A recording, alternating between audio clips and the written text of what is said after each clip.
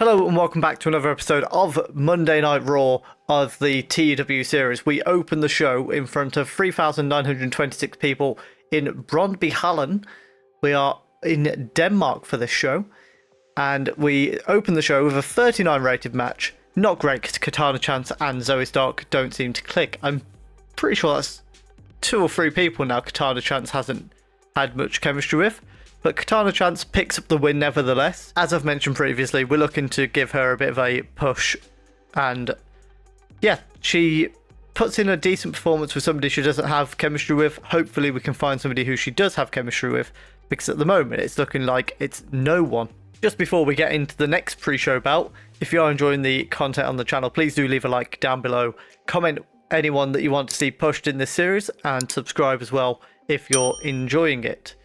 Next up, we have a 52 rated match where the Von Erichs defeat the Creed brothers with a double Iron Claw, getting a 52 rating. And also it's quite nice to see Lacey Von Erich doing some good work at ringside. We're probably not going to bring her in as a wrestler. I think she is just going to be a valet for the Von Erichs. However, good to have the 3 of them here, and they'll be making their debut on the main show in the coming weeks. And in our final match, we have Kairi Sane defeating JC Jane with a 48 rated match.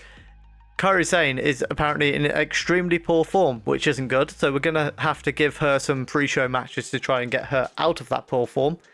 And next up, we are heading into the main show, where we open with a 65 rated match with Damian Priest defeating Ludwig Kaiser in 1408 with a South of Heaven chokeslam. The creative finish that we used was a success, which is always nice to see, but not a fantastic match if we're being honest, although apparently Drake Maverick could have done a better job putting it together.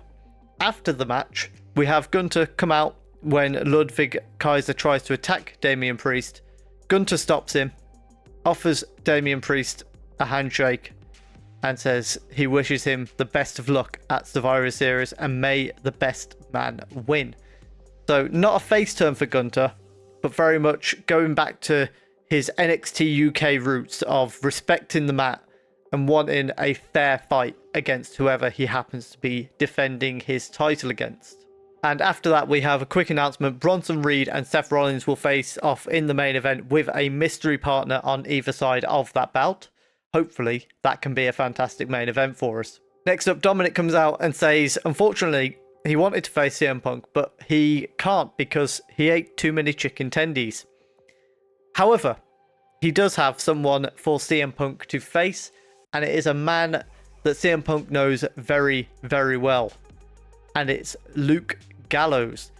So coming over from SmackDown, we're not going to be doing too much crossover. However, I didn't really have anybody else that suited this spot, so I decided we would go with Luke Gallows on this occasion. And in the match, they had good heat and decent wrestling. CM Punk defeats Luke Gallows with the Anaconda Vice, getting a 67 rated match, which is pretty good. The other reason I went with these two is I'm thinking we could look at going down the route of CM Punk and AJ Styles at some point, and obviously Luke Gallows is part of the club, so he could have a bit of confliction over who he wants to side with as a result of that. And next up, we have Scarlett offering the Wyatt Six a tag team match against AOP. She says, bring out any of your guys that you want, and we will meet you in the ring later tonight. Backstage segment next with Sheamus being interviewed by Kathy Kelly. He says he doesn't understand, he doesn't know what Gallus are after, but he wants answers from them after their attack. And as he goes to leave the interview, Gallus attack him once again. So Sheamus left down in a 52 rated segment. And it's another angle idea that gets a success, which is nice to see. That's 2 for 2 at the moment tonight. And then in a poor match, it gets a 53 rating, so it's not horrendous. The Wyatt Six are defeated by AOP. It's Joe Gacy and Dexter Lumis defeated through a last chapter.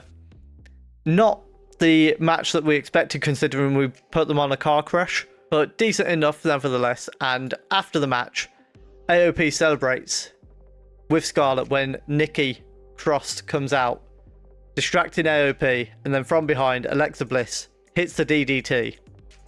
And booked in for next week is Alexa Bliss versus Scarlett. Next up, we have backstage. Rhea promises Natalya that Dominic Mysterio will not be at ringside. She will make sure of that. Gets a 56 rating, and Natalya is quite happy because she said to Rhea, I don't mind you helping, but the only thing I want help with is keep Dominic away from the ring. And that is what Rhea has promised to do. Next up, in a decent wild brawl, Bron Breakker defeats Finn Balor in 13:53 to make defense number 5 of his Intercontinental Championship. 56 rating is not great. I thought that would be a lot better considering we've also got a very hot crowd. But after the match, we have Braun Strowman come out, ready to fight Bron Breakker. And Bron thinks better of it, retreats away from the ring. Gets a 54 rating. I'm hoping putting them two into like a car crash or mayhem type match should bring us a pretty good rating, hopefully. But so far, we're not really having much of a standout match on the show. And we go into a segment backstage, 60 rating, where Xavier Woods just states very clearly, I don't need Kofi Kingston anymore. I've moved on from my days teaming with him. And I've got better things to aim for now. And then we go into our main event where Bronson Reed reveals his partner is Jacob Fatu. Seth Rollins' partner is Sami Zayn.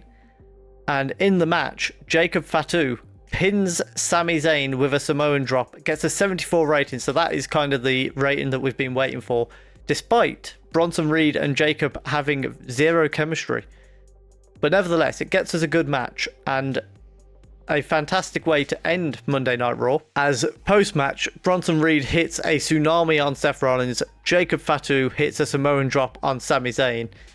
And they have a little nod of respect to each other as they stand tall over their rivals. The show gets a 65 rating, losing us popularity once again. But despite that, I feel like our shows are getting better at the moment. So not a great show for us, but nevertheless, Roxanne Perez wants to be called up from NXT. You just might be onto something there.